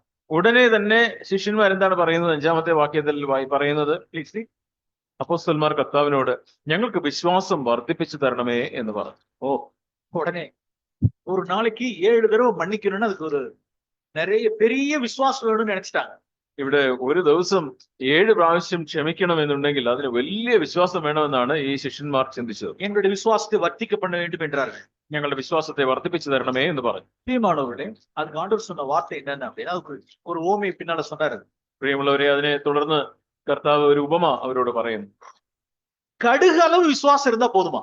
കടുക് മണിയോളം വിശ്വാസം ഇരുന്നാൽ മതി, ഉണ്ടെങ്കിൽ മതി എന്നാണ് അവിടെ പറയുന്നത്. இதான் ஜீசஸோட ஆன்சர். ഇതാണ് യേശുവിന്റെ ഉത്തരം.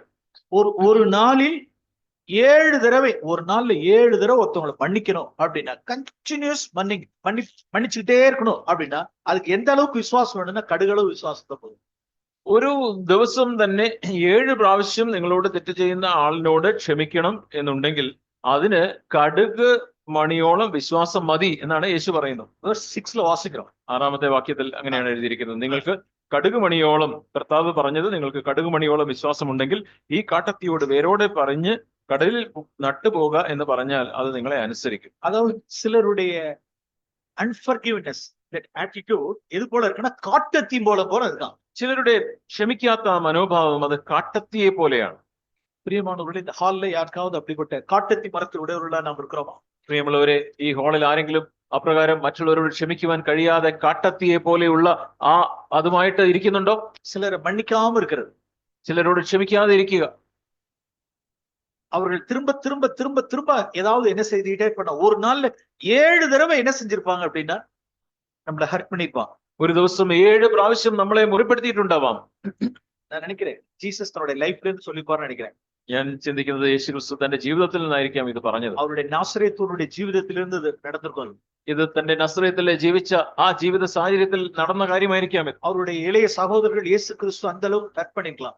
തന്റെ ഇളയ സഹോദരന്മാർ യേശു ക്രിസ്തുവിനെ അത്രയധികം യേശുവിനെ മുറിപ്പെടുത്തിയിട്ടുണ്ടാവാം. ஒரு நாள்ல 7 தடவை பண்ணிருக்கலாம். ഒരു ദിവസം തന്നെ 7 പ്രാവശ്യം വീണ്ടും വീണ്ടും ആവർത്തിച്ച് യേശുവിനെ മുറിപ്പെടുത്തിയിട്ടുണ്ടാവാം. அதனாலதான் ஜீசஸ் சொல்ல முடிஞ்சது 7 முறை அல்ல 770 முறைன்னு சொன்னார். അതുകൊണ്ടാണ് യേശുവിന് പറയാനായിട്ട് കഴിഞ്ഞത് 7 പ്രാവശ്യമല്ല 770 പ്രാവശ്യം ക്ഷമിക്കണം എന്ന് പറഞ്ഞു. தன்னுடைய ஜீவிதத்திலிருந்து சொன்ன வார்த்தைகள். അത് യേശു തന്റെ ജീവിതത്തിൽ നിന്നാണ് പറഞ്ഞത്. நாசரேத்தூரில் தன்னுடைய இளைய சகோதரர்களை, அவிசுவாசமுள்ள சகோதரர்களை அவர் தொடர்ச்சியாய் மன்னித்துக் கொண்டே இருந்தார். നസ്രയത്തിന്റെ ആ ഗ്രാമത്തിൽ തന്റെ അവിശ്വാസമുള്ള സഹോദരന്മാരെ താൻ തുടർമാനമായി താൻ അവരോട് ക്ഷമിച്ചുകൊണ്ടേയിരുന്നു.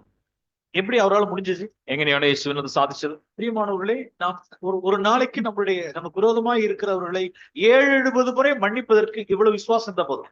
നമുക്ക് ഈ രീതിയിൽ 770 പ്രാവശ്യം നമുക്കെതിരെ ദ്രോഹം ചെയ്യുന്നവർക്ക് ചിലരോട് ക്ഷമിക്കണമെങ്കിൽ നമുക്ക് ഇത്ര കടുക് മണിയോളമുള്ള വിശ്വാസം നമുക്കുണ്ടായാലും, அந்த கடுகு விதையாலும் விசுவாசம் கூட இல்லாமல் இருக்கிறது தான் பிரச்சனை.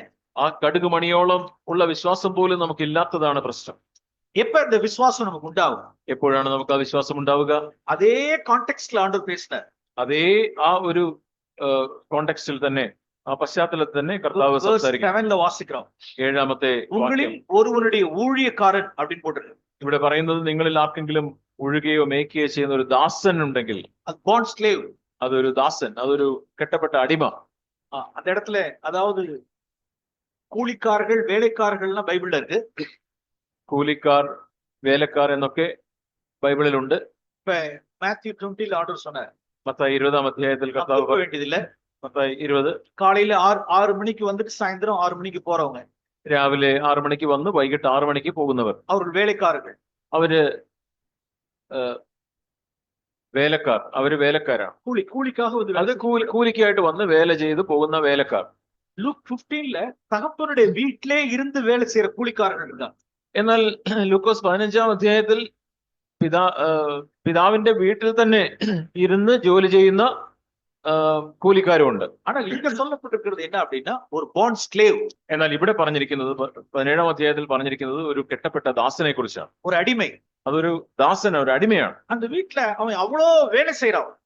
ആ വീട്ടിൽ അത്രയധികം അവൻ ജോലി ചെയ്യുന്നു. உழுகுறான், അവൻ ഉഴുന്നു, காலையில போயிட்டு வயலுக்கு எல்லாம் போயிட்டு வேலையெல்லாம் செஞ்சு முடிச்சுட்டு வராரு.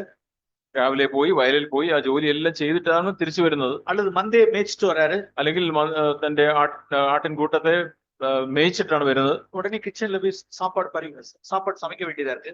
അവിടെ വന്ന് അതിനുശേഷം അടുക്കളയിൽ പോയി ഊണുണ്ടാക്കണം. இதெல்லாம் முடிச்சுட்டு அந்த எஜமான் அவருக்கு என்ன சொல்றது இல்லை அப்படின்னா தேங்க்யூ அப்படின்னு சொல்றதெல்லாம் இல்லை. ഇതെല്ലാം ചെയ്തു കഴിഞ്ഞിട്ടും യജമാനൻ തന്നോട് വന്നിട്ട് നന്ദി എന്ന് പറയുന്നില്ല. Verse 9ல വാസിக்கிறோம். 9ാം വാക്യം നോക്കുക.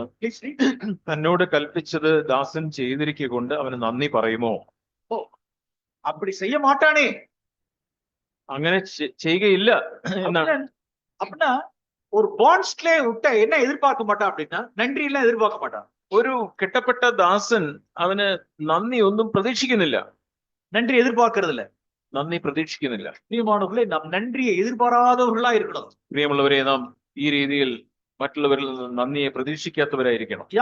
யார் அப்படிமா இருக்க முடியும் அப்படின்னா பாண்ட் ஸ்லேவா இருக்கிறவர்கள், കെട്ടപ്പെട്ട അടിമയ്ക്ക് മാത്രമാണ് അങ്ങനെ ആയിരിക്കുവാനായിട്ട് കഴിയുക. அவர்கள் அப்பிரயோஜனமான ஊழியக்காரர்கள் நினைக்கிறவர்கள். അവര് ഞങ്ങൾ പ്രയോജനമില്ലാത്ത ദാസന്മാർ എന്ന് തങ്ങളെ തന്നെ കുറിച്ച് ചിന്തിക്കുന്നവരാണ്. ஜீசஸ் எதை ரிலேட் பண்ணி சொன்னார் அப்படின்னா, യേശു ഏതിനെ ബന്ധിപ്പിച്ചാണ് പറഞ്ഞത് എന്ന് നോക്കുക. எங்களுடைய விசுவாசத்தை அதிகரிக்க வேண்டும் அப்படின்னார்.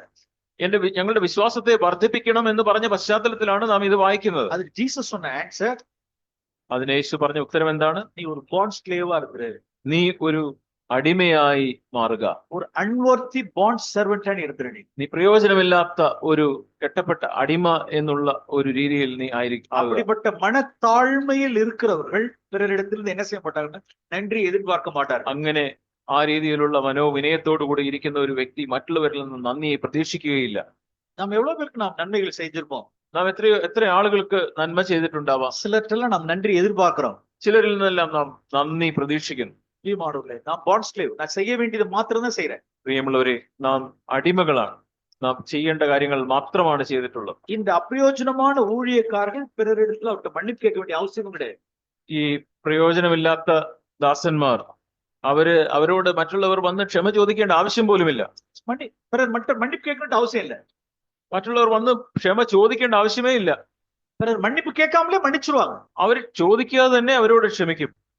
இதெல்லாம் பாண்ட் ஸ்லேவா இருக்கிறவர்கள், மனத்தாழ்மையில் இருக்கிறவர்கள். ഇതെല്ലാം താഴ്മയുള്ള കെട്ടപ്പെട്ട ആ ഒരു അടിമയായിരിക്കുന്ന ഒരു വ്യക്തിക്ക് മാത്രമേ ഇങ്ങനെ സാധിക്കുകയുള്ളൂ. ஒரு ஃபேமிலிட்ட நான் உட்கார வேண்டியதா இருந்துச்சு. ഒരു കുടുംബത്തോടൊപ്പം എനിക്ക് ഇരിക്കേണ്ടി വന്നു. ஒரு மனைவியினுடைய வார்த்தை, இது மாதிரி வார்த்தை. ആ സംസാരിക്കുന്നതിനിടയിൽ ഒരു ഭാര്യ ഇപ്രകാരമാണ് പറഞ്ഞത്. ஹஸ்பண்ட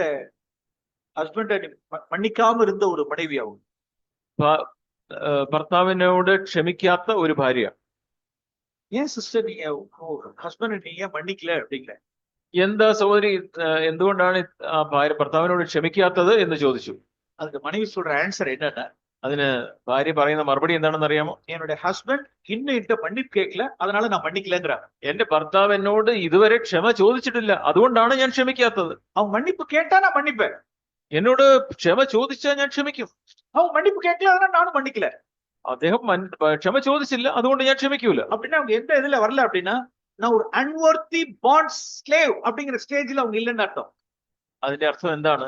ഒരു പ്രയോജനമില്ലാത്ത അപ്രയോജന ദാസനാണ് ഞാൻ എന്നുള്ള ആ ഒരു അടിമയുടെ ഇടത്തിലേക്ക് ആ വ്യക്തി വന്നിട്ടില്ല എന്നാണ് അതിന്റെ അർത്ഥം. அடிமைட்டெல்லாம் போய் மன்னிப்பெல்லாம் கேட்க வேண்டிய அவசியம் கிடையாது. ഒരു അടിമയോട് പോയി ക്ഷമ ചോദിക്കേണ്ട ആവശ്യമുണ്ടോ? ஒரு அடிமைகிட்ட போய் நன்றி சொல்லணுங்கிறதெல்லாம் அவசியம் இல்லை. ഒരു അടിമയോട് അടിമ നന്ദി പ്രതീക്ഷിക്കുന്നില്ല. அதெல்லாம் கிடையாது. அவன் பாண்ட் ஸ்லேவ், எதையுமே எதிர்பார்க்க மாட்டான். അവനൊന്നും പ്രതീക്ഷിക്കുന്നില്ല. അവനോട് പോയി നന്ദി പറയേണ്ട ആവശ്യമില്ല. நாம் அந்த கிரவுண்ட்ல இருக்கிறது இல்ல. നാം ആ ഒരു ഇടത്തല്ല, ആ ഒരു നിലത്തിലല്ല നാം നിൽക്കുന്നത്. பிரியமானவர்களே, அன்வர்த்தி சர்வெண்ட் பாண்ட் ஸ்லேவ் அப்படிங்கிற ஸ்டேஜுக்கு நாம் வந்துரும். പ്രിയമുള്ളവരെ, നമുക്ക് പ്രയോജനമില്ലാത്ത ഒരു ദാസൻ എന്നുള്ള അടിമ എന്നുള്ള രീതിയിലുള്ള ഒരു കെട്ടപ്പെട്ട അടിമയായി ആ ഇടത്തേക്ക് നമുക്ക് വരാം. அந்த இடத்துக்கு வருகிறவர்கிட்ட தான் விசுவாசம் தங்கும். ആ ഒരു നിലയിലേക്ക് വരുന്ന ആളുകൾക്കാണ് വിശ്വാസം ഉണ്ടാവുക. இந்த வார்த்தை சொல்லி நான் ஃபர்ஸ்ட் செஷன் முடிக்க சொல்றேன். ഈ ഒരു വാക്യവും കൂടെ വായിച്ച് ഞാൻ ഈ ഒന്നാമത്തെ സെഷൻ അവസാനിപ്പിക്കട്ടെ. Matthew chapter 15. മത്തായി 15-ാം അധ്യായം. ஜீசஸ் அந்த கானானிய ஸ்திரீயின் இடத்துல சொன்ன வார்த்தை. മത്തായി 15 അവിടെ യേശു ആ കനാന്യ സ്ത്രീയോട് പറഞ്ഞ വാക്കുകളാണ്. verse 26ல வாசிக்கிறோம். മത്തായി 15 26-ാമത്തെ വാക്യം. பிள்ளைகளின் அப்பத்தை எடுத்து நாய்க்குட்டிகளுக்கு போடுகிறது நல்லதல்ல என்றார். മക്കളുടെ അപ്പം എടുത്ത് നായ്ക്കുട്ടികൾക്ക് ഇട്ടുകൊടുക്കുന്നത് നന്നല്ല എന്ന് ഉത്തരം പറഞ്ഞു. அந்த கானானிய ஸ்திரீயினுடைய கொஞ்சம் யோசிச்சு பாருங்களேன். നിങ്ങൾ ആ കനാന്യ സ്ത്രീയെ കുറിച്ച് അല്പം ചിന്തിച്ചു നോക്കുക. அவருடைய டிசிபிள்ஸ் கிட்ட, இயேசுனுடைய சீஷர்கிட்ட அவர் அப்படி சொல்றாங்க. കൽപ്പനയാണ്, ഇമാജിനേഷൻ. നിങ്ങളുടെ ചിന്തിക്കുക, നിങ്ങളുടെ മനസ്സിൽ നിങ്ങൾ ആ രീതിയിലുള്ള ഈ കാര്യം നോക്കുക. അവര് യേശുവിനോട് ഇങ്ങനെ സംസാരിക്കും. ஏன்னா உங்க லீடர் நாய் பேய் எல்லாம் சொல்லிட்டு இருக்கிறாரு. യേശുവിനെ കുറിച്ച് അവരോട് മറ്റുള്ള ആളുകൾ പറയുന്നു, എന്താ നിന്റെ ഈ ലീഡർ നായ് ഇങ്ങനെ ഈ രീതിയിൽ നായ്ക്കുട്ടികൾക്ക് കൊടുക്കാന്നൊക്കെ പറഞ്ഞ് ഈ രീതിയിലുള്ള ഭാഷയിലൊക്കെ നിന്നോട് സംസാരിക്കുന്നത്. ஒண்ணு சுகம் கொடுக்கணும், ഒന്നുകിൽ സൗഖ്യമാക്കണം, இல்லைன்னா போன்னு சொல்லிடணும், അല്ലെങ്കിൽ പൊക്കോളാൻ പറയണം. ஒரு பெரிய நாய் எல்லாம் சொல்லிட்டு இருக்கிற. ഇത് നായ്ക്കുട്ടിക്ക് കൊടുക്കുക എന്ന് പറഞ്ഞ് നായ് എന്നൊക്കെ വിളിക്കുന്നല്ലോ. அப்படிலாம் சொல்லல. അങ്ങനെയെല്ലാം ആ ആ സ്ത്രീ അങ്ങനെ ഒന്നും പറഞ്ഞില്ല. அந்த வார்த்தையினால அவள் இடரல் அடையல. ആ വാക്കുകൾ കൊണ്ട് അവൾ ഇടറിപ്പോയില്ല. அவ என்ன சொன்னா அப்படின்னா, மெய்தான் ஆண்டவரே. അപ്പൊ അവൾ എന്താണ് അതിന് മറുപടി പറഞ്ഞത്? ആം, ആ, അതിനവൾ അതേ കർത്താവേ എന്നാണ് പറഞ്ഞത്. അതേ കർത്താവേ, നായ്ക്കുട്ടികളും ഉടയവരുടെ മേശയിൽ നിന്ന് വീഴുന്ന നുറുക്കുകൾ തിന്നുന്നുണ്ടല്ലോ എന്ന് പറഞ്ഞു. இயேசு அவளுக்கு பிரதியுத்தரமாக ஸ்திரீயே உன் விசுவாசம் பெரிதுன்னு சொன்னார். യേശു അവളോട്, സ്ത്രീയെ നിന്റെ വിശ്വാസം വലിയത് എന്ന് പറഞ്ഞു. பிரியமானவர்களே, யாரிடத்தில் விசுவாசம் பெரிதா இருக்கும்? പ്രിയമുള്ളവരെ, ആർക്കാണ് വിശ്വാസം വലിയതായിരിക്കുക? யார் யாரெல்லாம் தங்களை எண்ணுகிறதற்கு மிஞ்சி நம்ம மனத்தாழ்மையா இருக்கிறவர்களோ அவருடைய விசுவாசம் பெரிதா இருக்கும். ആരൊക്കെ തങ്ങളെക്കുറിച്ച് ഉള്ളതിലും അധികം ചിന്തിക്കാതെ താഴ്മയോടെ വിനയത്തോടെ ഇരിക്കുന്ന വ്യക്തികൾക്ക് അവരുടെ വിശ്വാസം വലിയതായിരിക്കും. லூக் 17 அப்படிதான் வாசிக்கிறோம். ലൂക്കോസ് 17 അത് തന്നെയാണ് നാം വായിക്കുന്നത്. அப்போ அப்பிரயோஜனமான ஊழியக்காரன் சொன்னவரிடத்துல விசுவாசம் வர்த்திக்கப்படும். പ്രയോജനമില്ലാത്ത അടിമ എന്ന് പറയുന്ന ആളുകളുടെ വിശ്വാസമാണ് അത് വർദ്ധിക്കുക. இவர்கள் இடரல் அடைய மாட்டார்கள். അങ്ങനെയുള്ള വ്യക്തികൾ ഇടറിപ്പോവുകയില്ല. இவர்கள் நன்றியை எதிர்பார்க்க மாட்டார்கள். അവർ നന്ദി പ്രതീക്ഷിക്കുകയില്ല. இவர்கள் தங்களிடத்தில் மன்னிப்பு கேட்கணும் எதிர்பார்க்க மாட்டார்கள். മറ്റുള്ളവർ വന്ന് തങ്ങളോട് ക്ഷമ ചോദിക്കണമെന്ന് അവർക്കൊരു പ്രതീക്ഷ അവർക്ക് ഉണ്ടാവുകയില്ല. இடரல் அடையாத ஒரு வாழ்க்கை. ഇത് മുറിപ്പെടാത്ത ഒരു ജീവിതമാണ്. பெருமைக்காரர்கள் தான் இடரல் அடைவார். നിഗളികളാണ് ഇടറിപ്പോവുക. அவர்கள் தான் இடறுவார். അങ്ങനെയുള്ളവരാണ് ഇടറിപ്പോവുക. என்னை கனப்படுத்தல, എന്നെ അവർ മാനിച്ചില്ല, என்னை விசாரிக்கல, എന്നോട് അന്വേഷിച്ചില്ല, എന്റെ കാര്യങ്ങൾ അന്വേഷിച്ചില്ല, நான் வியாதியா படுத்திருந்தேன், என்னை வந்து விசாரிக்கல, ഞാൻ സുഖമില്ലാതെ കിടക്കുകയായിരുന്നു, എന്നെ വന്ന് എന്നോടൊന്നും അന്വേഷിച്ചില്ല, ചോദിച്ചില്ല. அவர்களுக்கெல்லாம் நிறைய டிமாண்ட்ஸ் எல்லாம் இருக்கு. அவர்கள் അങ്ങനെയുള്ളവർക്കെല്ലാം പലതരത്തിലുള്ള ഇങ്ങനെയുള്ള ഡിമാൻഡുകൾ. ஏதா நான் சபைக்கு வந்தேன், என்னை யாரும் ஸ்தோத்திரம் பண்ணல, ഞാൻ മീറ്റിങ്ങിന് വന്നു, സഭയിൽ വന്നു, എന്നോട് ആരും ഒരു സ്തോത്രം, ഒരു പ്രൈസ്തലോട് പോലും പറഞ്ഞില്ല. இவர்கள்லாம் ஏன் அப்படின்னா சீக்கிரமா அஃபண்ட் ஆகுறவர்கள், பெருமைக்காரர்கள். ഇങ്ങനെയുള്ള ആളുകളൊക്കെ വളരെ പെട്ടെന്ന് മുറിപ്പെട്ടു പോകുന്നവരാണ്, നിഗളികളാണ്. பிரியமானவர்களே, மனத்தாழ்மையா இருப்போம். പ്രിയമുള്ളവരെ, നമുക്ക് താഴ്മയോടെ எவ்வளவு நாம் மனத்தாழ்மையா இருக்கிறோம், அவ்வளவுக்கு அவ்வளவா நம்மளுடைய விசுவாசம் பெரிதாயிருக்கும். എത്രയധികമായി നാം മനോവിനയമുള്ളവരായിരിക്കുന്നുവോ അത്രയധികം നമ്മുടെ വിശ്വാസം അത് വലുതായിരിക്കും. நாம் பெருமைக்காரர்களா இருந்தால் நம்மளுடைய விசுவாசம் சேதப்படும். നാം നിഗളികളാണെങ്കിൽ നമുക്ക് നമ്മുടെ വിശ്വാസം അത് ചോർന്നു പോകും, തകർന്നു പോകും. தொடர்ந்து நாம் தியானிக்கும். നമുക്ക് തുടർന്നും ധ്യാനിക്കാമല്ലോ. பரிசுத்த பிதாவே துதிக்கிறோம். പരിശുദ്ധ പിതാവേ, ഞങ്ങൾ അങ്ങേ സ്തുതിക്കുന്നു. எங்களிடத்துல பார்ஷாலிட்டியும் பெருமையும் தொடர்ச்சியாய் நாங்கள் நியாயந்திருக்கணும். കർത്താവെ, ഞങ്ങളുടെ ജീവിതത്തിൽ ഈ തരത്തിലുള്ള മുഖപക്ഷം, പക്ഷപാതം, ആ കാര്യങ്ങളൊക്കെ കർത്താവെ തുടർമാനമായിട്ട് ഞങ്ങളെ തന്നെ വിധിക്കുവാൻ ഞങ്ങളെ സഹായിക്കണമേ. எங்களுடைய குடும்பத்திலும் சபையிலும் ஒருபோதும் பர்சனல் ஃபேவரிட்டிசம் இருக்கக்கூடாது. ഞങ്ങളുടെ കുടുംബത്തിലും ഞങ്ങളുടെ സഭയിലും ഇപ്രകാരം വ്യക്തിപരമായ ഒരു തരത്തിലുള്ള അടുപ്പവും വ്യക്തിപരമായ ഒരു പക്ഷപാതവും കാണിക്കാതിരിക്കാൻ ഞങ്ങൾക്ക് ഉണ്ടാകരുത്. பாண்ட் ஸ்லேவ்ங்கிற ஸ்பிரிட்ல என்றென்றைக்கு இருக்கட்டும். എപ്പോഴും കെട്ടപ്പെട്ട അടിമ എന്ന ഒരു ആത്മാവിൽ ജീവിപ്പാൻ ഞങ്ങളെ സഹായിക്കണമേ. அவரிடத்திலிருந்து நன்றியை நாங்கள் எதிர்பார்க்க வேண்டாம். മറ്റുള്ളവരിൽ നിന്ന് നന്ദിയെ ഞങ്ങൾ പ്രതീക്ഷിക്കരുത്. நாங்கள் செய்ய வேண்டிய கடமையை மாத்திரம் செய்யறோம் இருக்கட்டும். എല്ലാ സാഹചര്യത്തിലും ഞങ്ങൾ ചെയ്യേണ്ടത് മാത്രം ചെയ്തവരാണ് എന്നുള്ള ഒരു മനോഭാവം നൽകണമേ.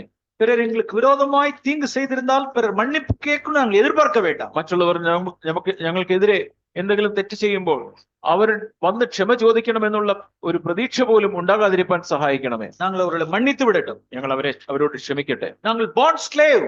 ഞങ്ങൾ കെട്ടപ്പെട്ട അടിമകളാണ്. இயேசுவின் நாமத்தில் பிதாவே. യേശുവിന്റെ നാമത്തിൽ തന്നെ പിതാവേ, ആമേൻ.